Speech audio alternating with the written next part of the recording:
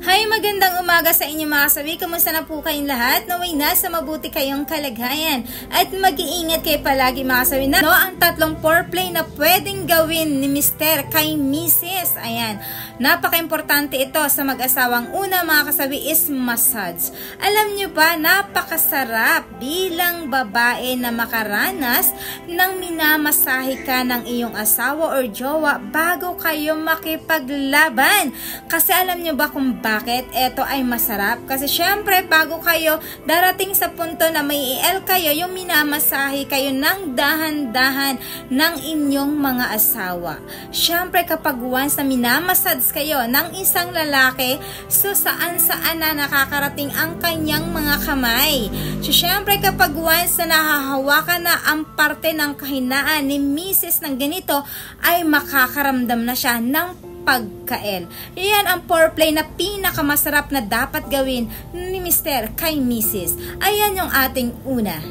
Ang pangalawa mga kasawi is huwag magmamadali. Sa mga kalalakihan, napaka-importante po kapag kayo ay makipaghana-hana sa inyong mga asawa, ay huwag kayong magmamadali. Yung para bang may lakad kayo. Yung bang pagkapasok mo, gusto mo nang lumabas ka agad kasi nga nagmamadali ka. Kailangan sa mga kalalakihan, dahan-dahan lang, smooth lang. At yung ipipil ninyo sa inyong mga asawa na gustong-gusto ninyo ang inyong mga ginagawa na foreplay sa kanila, para naman ang inyong mga asawa ay mas gaganahan sila kapag kadahan-dahan lang ninyo na ginagawa ang foreplay ninyo mga kasawi. Ayan yung ating pangalawa. Ang pangatlo mga kasawi is chocolate. Alam niyo ba, ang isang lalaki kapag kayo ay nag-foreplay ng chocolate, napaka-importante nyo na ilagay ito sa siopaw ng inyong mga asawa. Siyempre kapag once na nailagay ninyo ito, ay unti-unti nyong alam nyo na, laan ang isang babae sa kanilang mga siopaw. Siyempre kapag once na ito yung foreplay ninyo, abay naman maninigas at maninigas ang kanilang mga siopaw kapag kayo ay nasa isang babae mga kasawi.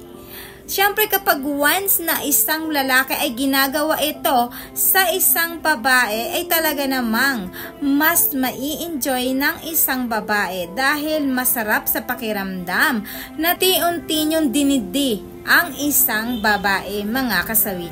Ayan yung ating pangatlo na foreplay. Siyempre hindi mawawala yung aking advice sa topic na ito mga kasawi. Lagi yung tatandaan sa mga kalalakihan. Napaka-importante po itong tatlong foreplay na ito. Alam nyo ba, mas magkakaroon ng maganda at masarap na intimate moment kapag ito yung ginawa ninyo.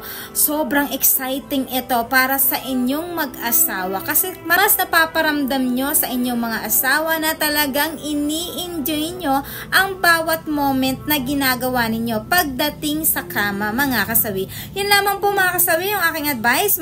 Sa walang sawang pagsuporta sa akin, maraming salamat po mga At syempre sa mga hindi pa po nakapag-subscribe, pwede na kayo mag-subscribe, pwede na rin kayo mag-follow para updated kayo sa topic ko araw-araw. Magandang umaga!